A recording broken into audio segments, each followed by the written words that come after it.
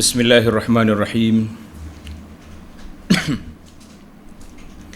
Alhamdulillahi rabbil alamin, wassalatu wassalamu ala rasuli rabbil alamin, nabiyyina Muhammad ibn Abdillah wa ala alihi wa sahbihi wa man walah, amma ba'du. Muslimin dan muslimat, para jemaah, para pelajar sekalian, alhamdulillah kita teruskan perbincangan kita dalam sebuah buku kitab namanya Amradul Ummah. Penyakit-penyakit yang melanda umat ini. Penyakit yang ke-47, al-ya'su wal qunut wa faqdul amal. Al-ya's maknanya putus harap. Tidak ada harapan lagi. Al-ya's. Al-qunut, kita kata putus harapan. Wa faqdul amal, sudah hilang, juga hilang harapan. Bagaimana dia punya takrif agak perlu kepada pendetailan. Dalam perbahasan ini para ulama mengatakan al-ya'su wal qunut. Wa qila al-ya'su naqidur raja. Maknanya al-ya'su putus asa. Putus asa dah aku ni. Maknanya tidak ada rasa, tidak ada lagi harapan depan kita. Kata daripada ulama luar kata in qata'at tama' minasyai. Makna putus dah. Kita nak harap satu benda kita dapat tu memang tak dapat. Itu dia panggil putus apa tu? Putus asa atau putus harap. Al-qatu ala anna al-matlub la yatahassal. Makna benda yang kita cari, yang kita nak tu memang tak dapat dah. Kerana sudah hilang, sudah habis masa. Itu dia panggil putus harap ataupun putus asa. Kena tulis dua lah. Melayu ni main putus saja ni. Dan satu lagi dia panggil al-qunut. Wa man yaqnut qanata yaqnut. Qunut, qanitun, qanut, itu dia panggil lafaz dia, mengatakan bahawa al-iyasu minar rahmah, sudah tidak ada harapan lagi untuk mendapat rahmat. Biasa dia kata gini ni, qunut ni diguna kepada syiddatul ya'si minal khair, putus harapan kita nak dapat benda baik. Macam orang yang berdosa, dia rasa dia ni sudah tidak ada harapan lagi untuk diampunkan oleh Allah Azza wa Jalla, itu dia panggil qunut. Fala takum minal qanitin, ay minal aisin. Sama. Wa may yaqnut min rahmati rabbih, siapa yang putus harap daripada rahmat Allah Azza wa Jalla. Maka dua ni al-ya'su wal qunut, dia dekat-dekat ya. Cuma al-ya'su tu kita kata semua benda yang kita tak dapat. Contohnya kita rasa kita nak dapat, contohlah kita ni menghadapi peperiksaan akhir tahun universiti. Kita nak dapat A, apa kan yang paling banyak ni? 4 poin. Tiba-tiba habis peperiksaan, kita masa tu kita sakit ke, kita uzur demam, tak boleh pergi periksa, boleh 3 ya kata. Itu dia panggil sudahlah, tidak ada harapan lagi sebab sudah habis masa. Kalau kita masuk periksa pula, ambil semula, itu cerita lain. Yang penting untuk kali ini sudah tidak ada. Tapi al-qunut iaitulah putus harap daripada rahmat Allah Azza wa Jalla. Semua dua ni lawan kepada al-amal, lawan kepada cita-cita yang kita mengharap, ataupun lawan kepada dia ar-raja, mengharapkan sesuatu yang kita masih lagi dapat mencapainya. Kalau kita mengejar suatu benda, cita-cita, insya-Allah kita akan dapat. Tak dapat sekali ini, sekali lagi.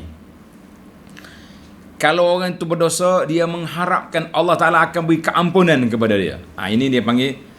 Cuma satu lagi, bagi umat ini yang kita bimbang, dia panggil faqdul amal, sudah hilang dia punya perasaan nak dapat kemenangan. Bila kita tengok hari ini, Masya Allah, kita nampak orang panggil macam tidak ada peluang lagi untuk kita mendapat kemenangan. Tengok kepada tekanan daripada orang kafir ke atas umat Islam ni, kita kata kita ni sangat-sangat lemah lah, sangat-sangat tidak kuat. Maka di situ para ulama membahagikan raja dengan tamanni. Raja itu harapan yang kita berusaha untuk mencapainya. Tamanni itu angan-angan. Lah, ini tak boleh. Dia kata at-tamanni yakunu ma'al kasal wa tarkil amal. Memang dia tahu kerja dah. Itu dia panggil tamanni. Allahu Akbar.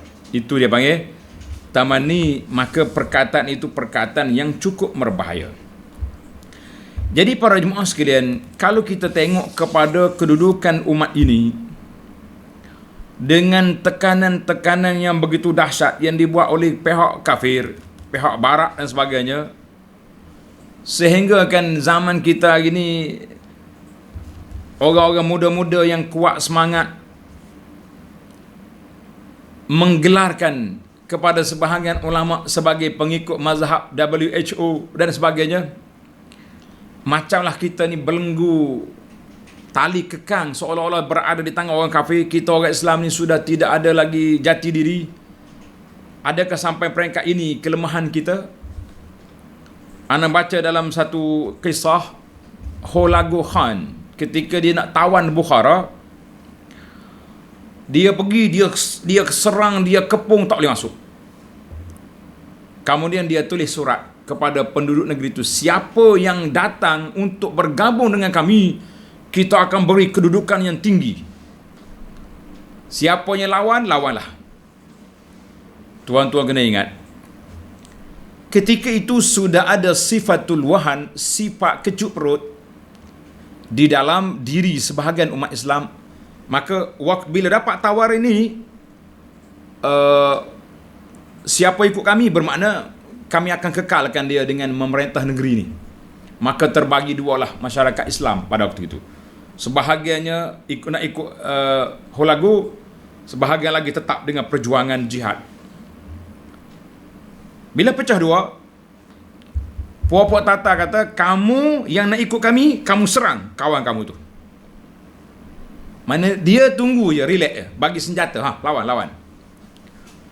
Bila lawan, kemenangan bagi pihak Amil, pihak Tali Baru, boneka Tatar menang.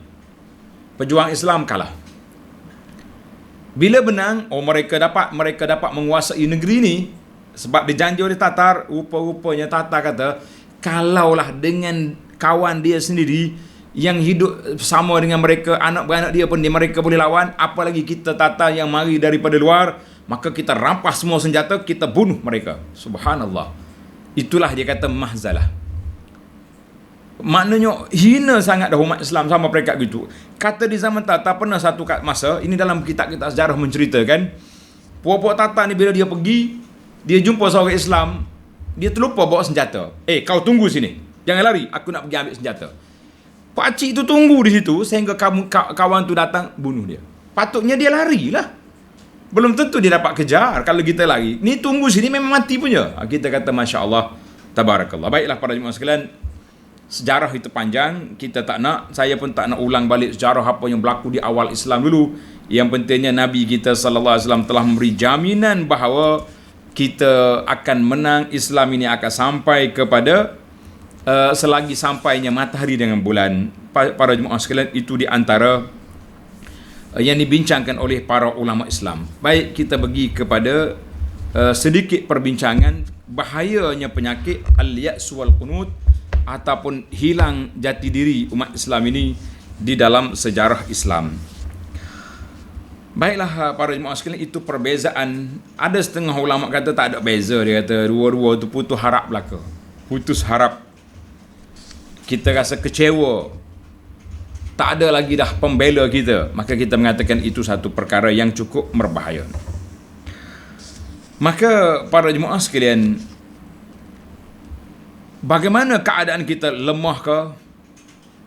Keadaan kita apa sekalipun, kita mesti letak tinggi di hadapan kita bahawa Allah Subhanahu Wa Taala yang mempunyai rahmat yang besar menjanjikan umat ini dengan kemenangan. Bagi orang yang susah akan diberi inna ma'al usri yusra. Bagi orang yang berdosa, Allah janji, qul ya ibadiyalladzina asrafu ala anfusihim la taqnatu min rahmatillah innallaha yaghfirudz dzunuba jami'a innahu huwal ghafurur rahim. Surah Az-Zumar ayat 53. Artinya janji-janji Allah Azza wa Jalla kepada kita sangat besar. Maka para jemaah sekalian, ada sebuah kitab namanya Mausu'atul Akhlaq, menarik juga, dia bincang juga tajuk ini. Sebelum kita masuk kepada sebab-sebab berlakunya putus harap ini, kenapa? Kita pergi kepada kata-kata motivasi daripada ulama salafus salih tentang masalah al-ya's wal qunut. Putus harap, lemah semangat, orang panggil tidak ada lagi peluang. Contohnya kita kata kecewa. Yang pertama, kata di Sayyidina Ali radhiyallahu anhu, tanda kata-kata ulama salaf. Qala Ali radhiyallahu anhu, al-faqihu haqqul faqih. Seorang ulama fiqh yang benar-benar alim fiqh, siapa dia? Man lam yuqannitin nasa min rahmatillah.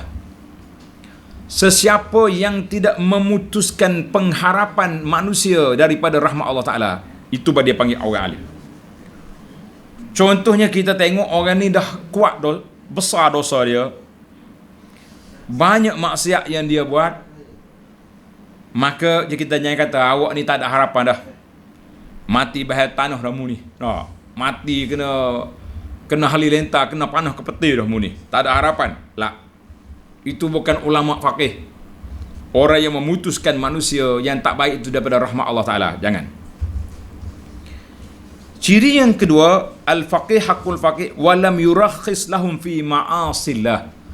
Dia juga tidak mencari pandangan-pandangan yang ringan-ringan, yang mudah-mudah, yang simple-simple kepada ahli maksiat.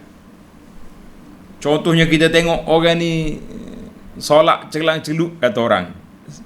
Kita kata tak apa, Allah Ta'ala tu maha pengasih. Sekarang ni awak muda lagi, nanti dah cukup umur sekian, nanti kita istiqamah lah kan. Tengok perempuan-perempuan yang tak tutup aurat, kita kata, mak orang sekarang ni tutup aurat. Aurat-aurat pun khilaf ulama juga. Contohnya, dia cuba meringan-ringankan hukum. Ini bukan faqih. Wala yu'amminuhum min azabillah, dan mereka juga tidak memberi jaminan keamanan daripada azab Allah. Tak apa, Tuhan Maha Pengampun. Kalau masuk dalam neraka pun kena celup sekejap, kita keluar balik. Relax je dia dah. Engkau nak susah-susah apa? Kau cari je, berkawan je dengan ustaz-ustaz yang hebat-hebat ni, kau friend dengan dia belaka. Kan? Jumpa je, belanja makan. Nanti kalau dia tak jumpa cari kau dalam syurga, dia cari kau dalam neraka. Jadi mudah-mudah ya dia. Kita kata ini Sayyidina Ali menegur, ini bukan sifat seorang yang faqih. Masya Allah, tabarakallah.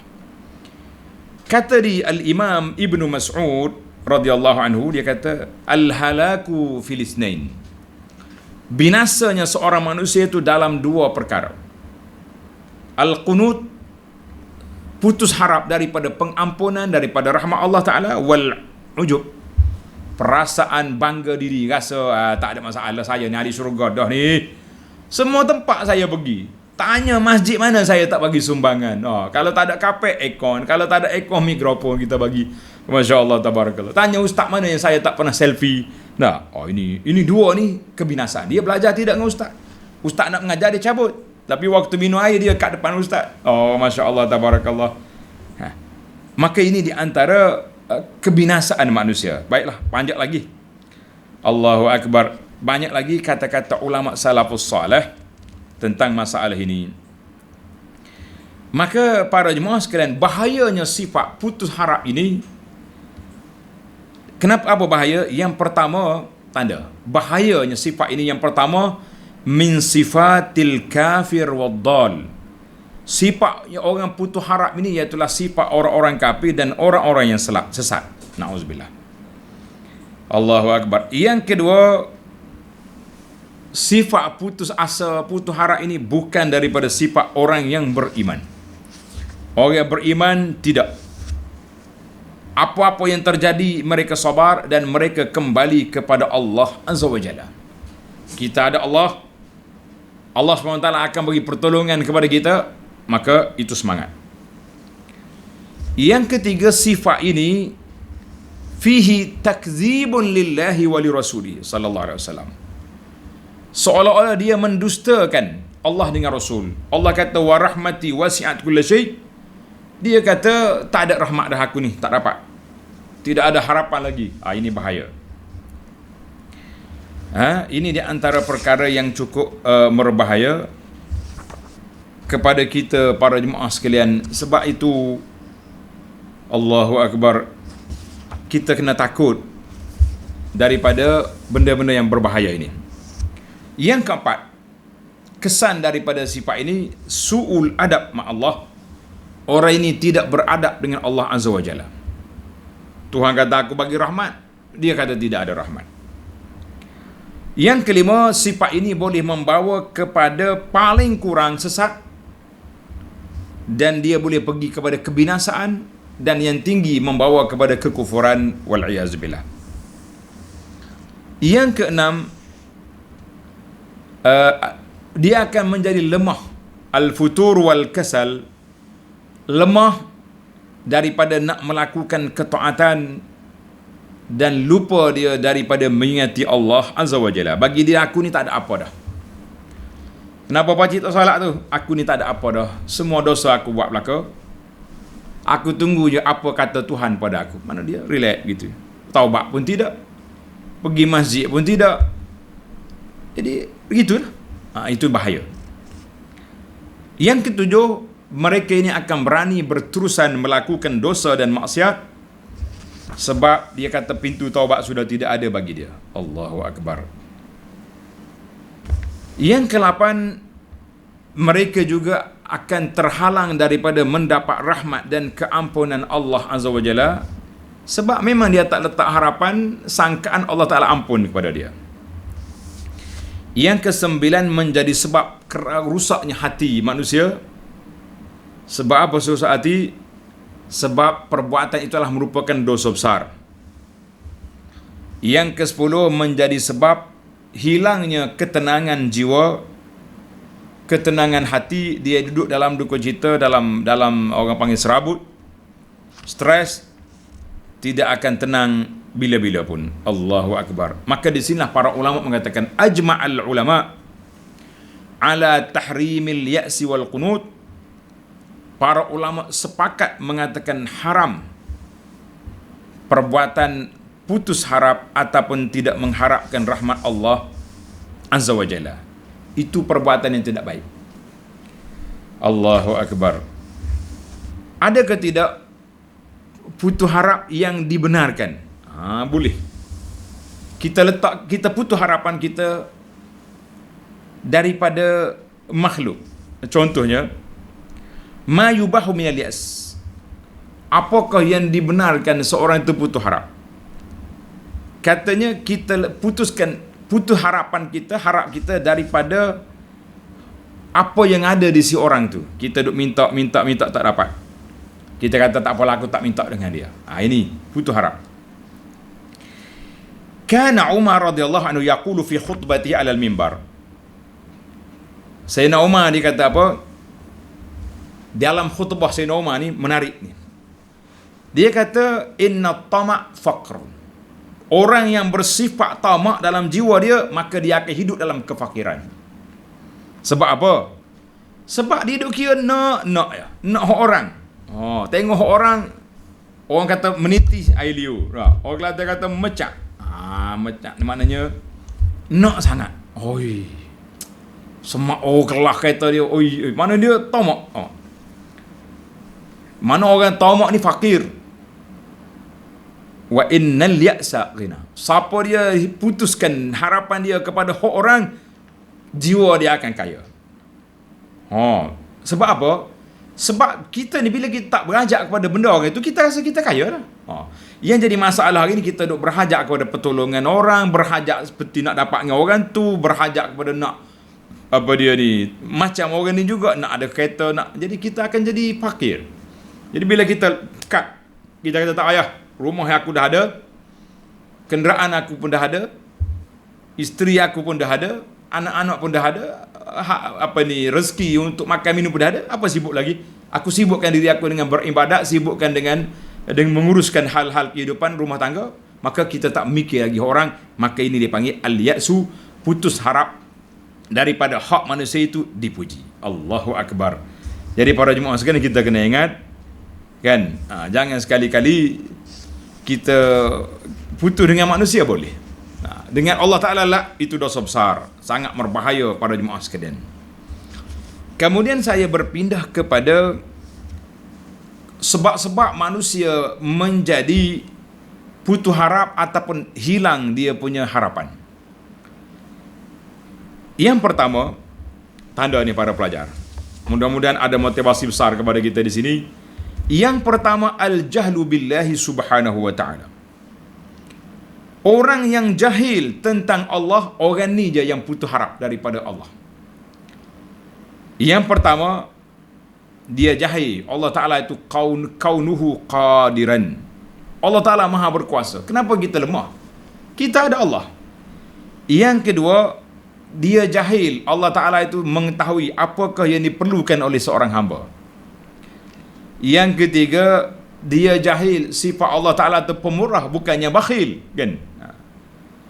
Yang keempat, dia jahil dengan segala sebab-sebab yang boleh membawa kepada kesesatan. Maka orang ini bila jahil tentang Allah, maka dia akan putus rahmat dia, harapan dia daripada Allah. Sebab yang kedua, al-ghulu fil khawfi min Allah Ta'ala. Melampau dia. Melampau apa? Takut kepada Allah Ta'ala sangat-sangat. Aku ni sudah tidak ada harapan lagi nak dapat rahmat Allah Ta'ala, sebab apa?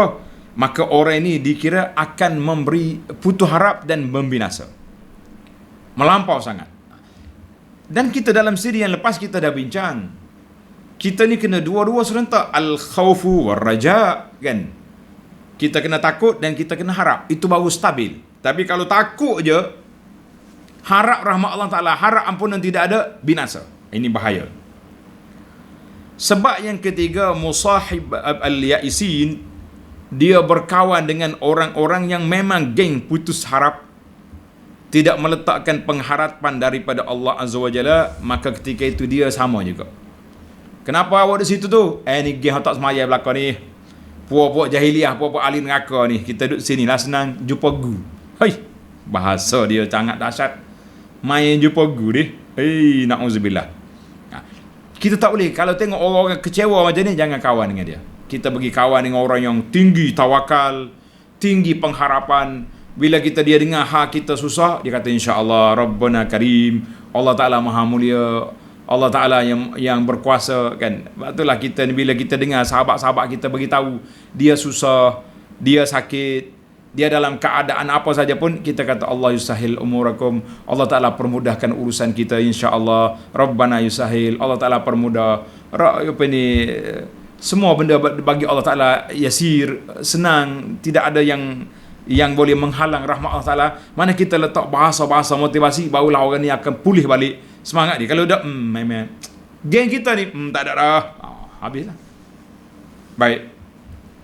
Sama juga dengan dunia hari ni. Kalau kita berkawan dengan geng-geng yang tidak meletakkan harapan dengan pertolongan Allah, kita rasa tak salah, tak usah duduk berjuang Islam lah buat kita ni.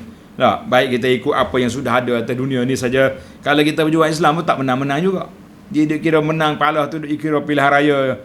Kita sudah baca dalam sejarah umat dulu bagaimana Tatar datang, kan. Katanya sungai Dajlah, sungai Furat itu siapa bertukar air warna hitam kerana dakwah contohnya, akhirnya Dajjal hilang. Mari Al-Qaramitah bunuh jemaah haji di Mekah dan dicongkilnya Hajarul Aswad bawa balik ke tempat dia, akhirnya Qaramitah hilang. Sama juga zaman kita dulu, zaman komunis dulu, kan. Mari takut bahawa kita komunis zaman penjajah sekarang ni sudah hilang. Artinya dunia dual, dunia itu berpusing-pusing. Kita jangan duduk dengan puak-puak yang sentiasa kecewa sentiasa. Orang yang kecewa lah orang yang duduk kerja, duduk kritik, duduk komen sana sini. Tidak ada benda yang tidak boleh. Baik. Sebab yang keempat, terlalu bergantung dengan sebab. Semua benda kira sebab je. Kita tak pergi kepada isu kuasa Allah Ta'ala, isu keberkatan, isu apa-apa yang kita ada. Memanglah kita kena ambil sebab. Ittikhazul asbab itu satu perkara yang dituntut dalam Islam. Nabi SAW dalam peperangan pun pakai topi besi, pakai baju pakai baju rantai kan. Sebab itu mengambil sebab. Kalau tidak, Nabi tak suruh pula sahabat-sahabat dia pakai baju rantai, kita perang ya, tawakal Allah. Tak, itu tak boleh. Maka terlalu bergantung dengan sebab, kadang-kadang kita bila sebab tak menjadi, kecewa lah kita. Sebab tu kita kata semua benda tu kita letak di bawah Allah Azza wa Jalla. Di sana terdapatnya hikmah. Allah tak beri sekarang, Dia akan beri pada masa akan datang. Allah belum lagi tunaikan permohonan kita sebab belum sampai masa. Aku nak gini-gini, Allah Ta'ala tak beri. Kita kata insya Allah. Doa yang kita panjatkan, munajat yang kita pohonkan, air mata yang kita titiskan kerana Allah Azza wa Jalla, Dia tidak hilang begitu saja. Allah telah berjanji, ud'uni astajib lakum. Mu doa, aku perkenankan doa kamu. Habis kalau perkenan, kenapa doa saya belum dikabulkan?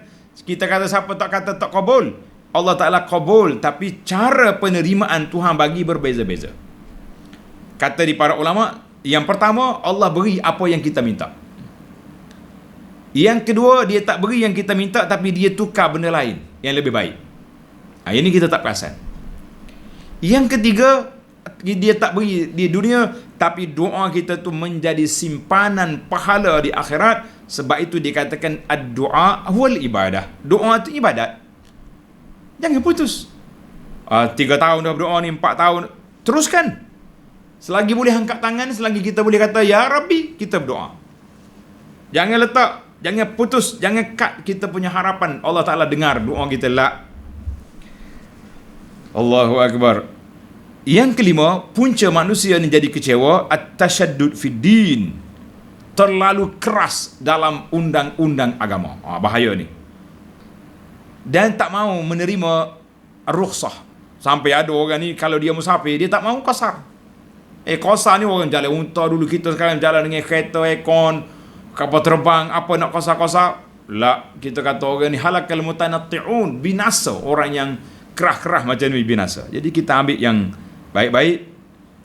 Sebagaimana kata Nabi SAW, Allah Ta'ala suka kita ambil rukhsah dia, kelonggaran yang diberi, sebagaimana Allah suka kita beramal dengan azimah undang-undang asal yang Dia beri. Mana tengok tempat, kalau kita tak musafir, kita solat 4 rakaat. Kalau musafir 2. Allah Ta'ala sedekah kepada kita, kenapa nak nak kuat-kuat kan? Jadi dia tasyadud ni bahaya. Kadang-kadang terlalu keras sangat, orang panggil terpelanting. Nabi kata wala yushaddad din ahadun illa ghalabahu. Siapa yang keras dalam hukum agama ini, dia akan kalah. Jadi kita kena ingatlah. Yang keenam, qillatus sabri wasti'jalun nata'ij. Punca orang kecewa ni sebab dia tak sabar dan nak menerima kesan awal. Aku dah lama dah berjuang, tak menang-menang lagi. Dia nak cepat. Bila nak cepat, dia akan kecewa. Bila kecewa, dia akan lari. Macam-macam. Yang sebab yang ketujuh, ta'alluqul qalbu bid dunya. Dunia ni sangat terikat dengan dunia. Tak dapat sekali kecewa. Dia kata, Tuhan tak bagi dah. Tak apalah, aku tak mau minta apa dah. Janganlah. Yang kelima, dunuwil himmah. Rendah dia punya semangat. Dan jiwa nak berubah tidak ada. Ini tak ada. Berapa ramai kita jumpa tuan, berhentilah isap okok ni. Maaflah ustaz, saya ni tak ada harapan dari isap okok ni. Selagi boleh, mulut boleh bergerak, kena isap lah.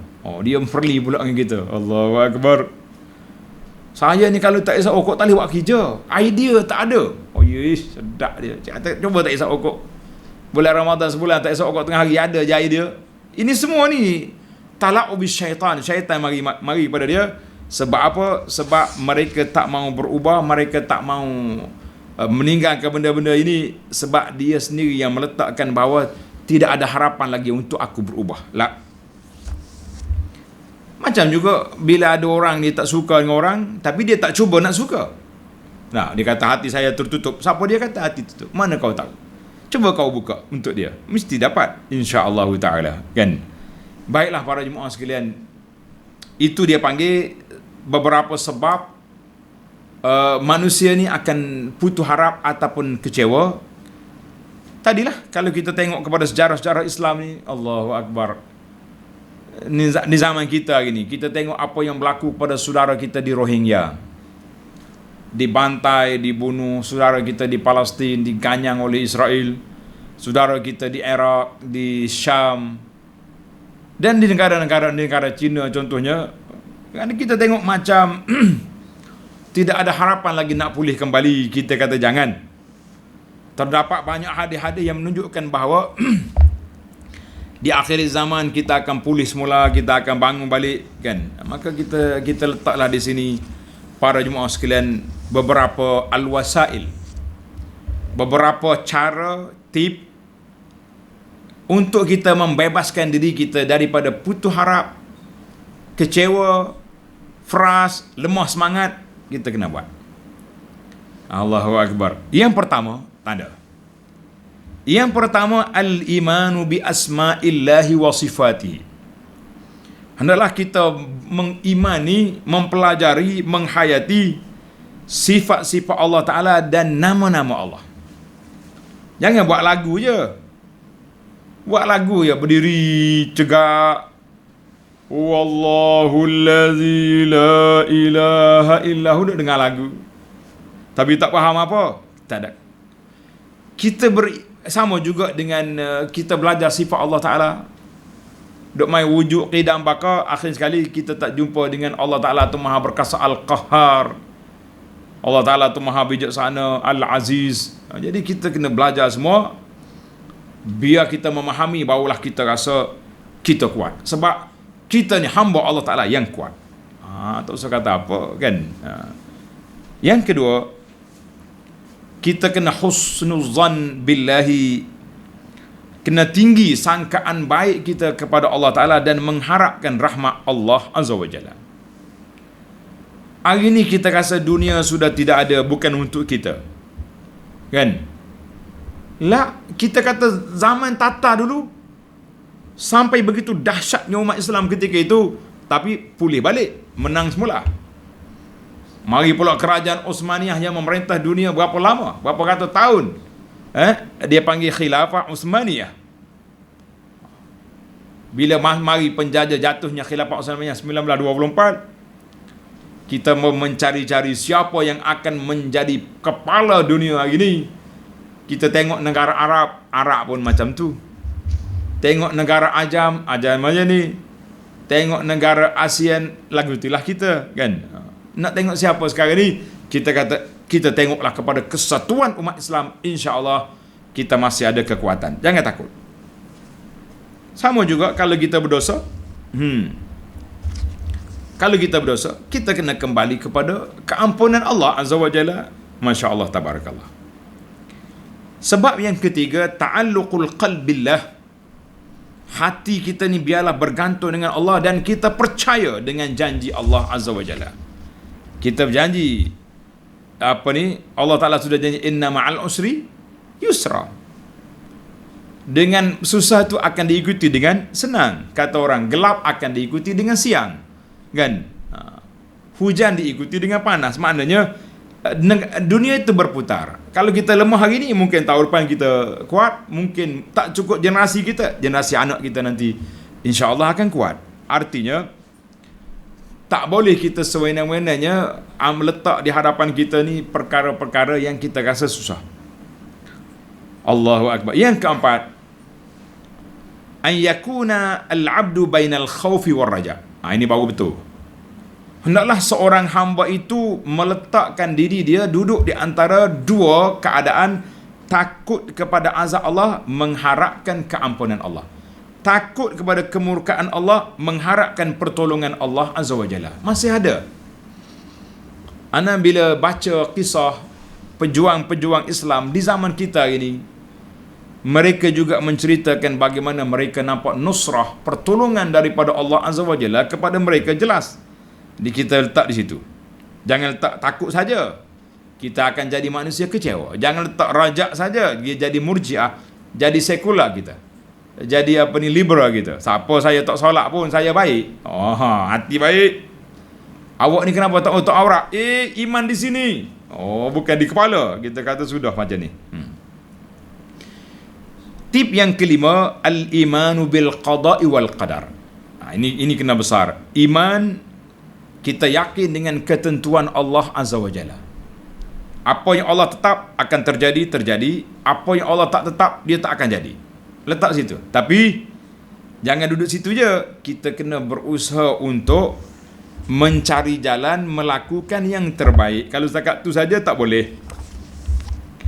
Yang keenam, as-sabru inda hudusil bala. Ketika berlakunya bala, kita kena sabar. Kalau mari bala asyik duk bertempik je, jangan. Sehingga Nabi kita larang, la yatamannayanna ahadukumul maut li dararin asabahu. Nabi sebut dalam hadis, hadis rawahu al-Bukhari wa Muslim, jangan kamu minta mati dengan sebab mudarat yang menimpa kamu. Kalau kamu nak minta, kita kena berdoa, Allahumma ahyini ma kanatil hayatu khairan li. Ya Allah, hidupkan aku sekiranya hidup itu lebih baik. Wa tawaffani idza kanatil wafatu khairan li. Matikan aku sekiranya mati itu lebih baik bagi aku. Kita letak di situ. Dua-dua dia. Sama ada kita hidup baik ataupun mati baik, Allah Ta'ala yang menentukan kita. Kalau mati baik, dia suruh kita mati awal. Kita kata insya-Allah. Yang ketujuh, tanda para jemaah sekalian, yang ketujuh, ad-du'a ma'al iqan bil ijabah. Sentiasa berdoa dan kita yakin Allah Ta'ala akan kabulkan doa kita. Letak situ. Lepas tu ada keluar sebuah buku halal haram dalam makanan. Saya tengok kadang-kadang kita takut melampau juga dia pun. Kan? Dia letak buku dia ni menakutkan kita. Semua benda masuk bahan. Semua benda masuk bahan yang tidak halal. Dia kata doa umat Islam hari ni langsung tidak diterima oleh Allah Ta'ala sebab makan makanan yang haram. Kita nak jatuh satu benda halal haram tu, biarlah para ulama yang mengkaji. Jangan kita yang duduk buat senuk sewenang-wenang. Jadi susah. Maka kalau kita cakap macam ni, kita ni asyik makan benda haram je, benda-benda kita makan ni syubhat, baik tak payah doa. Doa pun Tuhan tak terima. Itu dia panggil al-ya'su wal qunut, faqdul amal. Maknanya tidak ada lagi harapan. Maka Nabi kita larang daripada putus harap, kecewa daripada perkara ini. Nabi kita marah. Dalam hadis yang dikeluar oleh Imam Muslim daripada Abi Hurairah, kata Nabi, la yazalu yustajabu lil abdi. Allah Ta'ala terus menerima doa hamba dia, malam yad'u bi ismin aw qati'ati rahim, selama dia tidak berdoa dengan nak memutuskan silaturahim atau minta benda-benda haram. Ya Allah, aku nak pinjam duit riba ni, luluskanlah. Itu benda haram nama dia. Jangan. Malam yasta'jil, selama dia tidak gopoh nak cepat. 5 tahun doa tak? Lambat lagi. Nabi Ayub berapa tahun dia berdoa? Kan? Anni masani ad-dur, aku ditimpa kesakitan. Bukannya setahun 2. Masya Allah, tabarakallah. Nabi Yakub berpisah dengan Yusuf berapa lama? Daripada Yusuf kanak-kanak dicampak dalam telaga sampai Yusuf jadi menteri kanan ekonomi Mesir. Apa kita nak kata? Bukannya sekejap. Allahu Akbar. Nabi Musa AS, semua nabi-nabi yang berdoa, dia tak mari doa hari ni esok dapat Tuan-tuan tengok dalam tadabbur kita kepada surah nabi-nabi, cerita nabi-nabi, ada yang berbelah tahun, ada yang 10 tahun berdoa baru dapat. Kita kata Masya Allah, tabarakallah, bukannya satu benda yang segera. Yang ke-8, tip yang ke-8, al-akhzu bil asbab. Adalah kita mengambil sebab-sebab yang boleh mencapai kejayaan. Jangan dia pakai tak buat apa, habis tak ada apa. Dah pakai tunggu beginilah, tak mungkin. Nabi Yaqub alaihissalam hantar anak dia suruh dia tahassasu pergi cari Yusuf di Mesir. Mati dah abah jatuh dalam telaga. Tak mati. Tengok. Masya Allah tabarakallah. Yakin. Tip yang ke-9, az-zuhdu fid dunya. Hendaklah kita sentiasa zuhud dalam dunia. Mana kalau kita dapat sikit, kita kata ini bahagian kita. Waktu Islam mendapat kemenangan, undang-undang Islam diperkasakan, kita gembira. Tapi Islam masih lagi tidak kuat. Kita masih lagi boleh berzikir, beribadat, baca Quran di kampung kita duduk sini. Tak boleh lagi naik atas bukit. Maknanya tak boleh sekali-kali kita hilang semangat. Beberapa kisah-kisah yang menarik untuk motivasi kepada kita dalam isu ni. Bacalah kisah Nabi Allah Yaqub dengan kehilangan Yusuf. Allahu Akbar. Kan? Jangan rasa Allahu Akbar. Jangan rasa kita sudah tidak ada harapan lagi. Sudah. Semua benda duk main tak ada. Tak dapat. Kita akhir sekali kita lah menjadi manusia kecewa. Manusia yang akan rusak. Manusia yang akan tidak baik. Maka para jemaah sekalian, itulah di antara secara ringkasnya yang tersebut dalam kitab kita ni. Alhamdulillah. Para jemaah sekalian, walaupun kita rasa kalah, bagaimana kita nak mendapat kemenangan? Tadi tip kita bagaimana kita nak menghilangkan kecewa. Satu lagi tip mendapat kemenangan dan nusrah, pertolongan Allah Azza wa Jalla. Tanda semula. Yang pertama, tahqiqul iman, merealisasikan iman dalam jiwa kita. Yang kedua, audatul ummah ilal kitabi was sunnah as-sahihah. Kita kembalilah umat ini kepada apa? Kepada Al-Quran dan sunnah Nabi sallallahu alaihi wasallam dengan huraian para ulama salafus salih. Jangan duk main buat-buat kita hurai tu kalau. Yang ketiga, untuk mencapai kemenangan, kita mesti ada firqah. Mesti ada tim, mesti ada pasukan yang bekerja untuk Islam. Jangan yang kita bimbang hari ini, yang menunggang Islam itu banyak, menunggang agamanya. Kita tak mau. Kita ditunggangi oleh agama untuk sampai kepada masyarakat. Itu yang kita nak. Yang keempat, jangan lupa raf rayatul jihad. Mesti kita angkat bendera perjuangan Islam itu, mesti diangkat. Yang kelima, ini kita semua mampu buat. Tak ada orang marah. Tak ada orang nak penjara kita. Iaitulah tahwilul Islam fi hayatina bi akhlaqiyatina wa sulukina. Kita jelmakan Islam itu di dalam kehidupan kita, dalam akhlak kita, dalam kehidupan kita. Semua Islam aja suruh baik, suruh taat, suruh kuat semangat, suruh berjihad, suruh berjuang, semua kita buat. Tapi hati-hatilah kita para pendakwah, jangan terlebih SOP. Kadang-kadang kita nak berdakwah, tak kena cara. Contohnya, pergi tempat orang, kita tidak tahu apa yang berlaku. Maka akan menimbulkan fitnah di tempat itu dan menjadikan terfitnah pula dakwah kita tu dengan sebab cara kita yang tak kena. Baiklah para jemaah sekalian, tamatlah perbincangan kita dalam kitab Amradul Ummah di dalam masalah al-qunut wal yas wa faqdul amal. Mudah-mudahan Allah Ta'ala kembalikan kemuliaan Islam ini dalam jiwa kita, dalam masyarakat kita, dalam negara kita, dan kita akan pulih balik semangat untuk terus berjuang sehingga kita bertemu dengan Allah Azza wa Jalla dalam keadaan Allah redha kepada kita, insya-Allah. Subhanakallahumma wa bihamdika asyhadu an la ilaha illa anta astaghfiruka wa atubu ilaih. Wa sallallahu ala nabiyyina Muhammad wa ala alihi wa sahbihi ajma'in. Walhamdulillahi rabbil alamin.